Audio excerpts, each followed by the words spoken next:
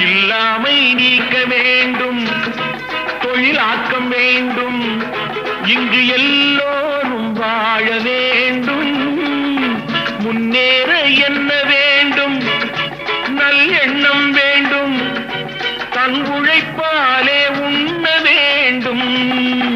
இல்லாமை நீக்க வேண்டும், தொழிலாக்கம் வேண்டும், இங்கு எல்லோரும் வாழ வேண்டும்.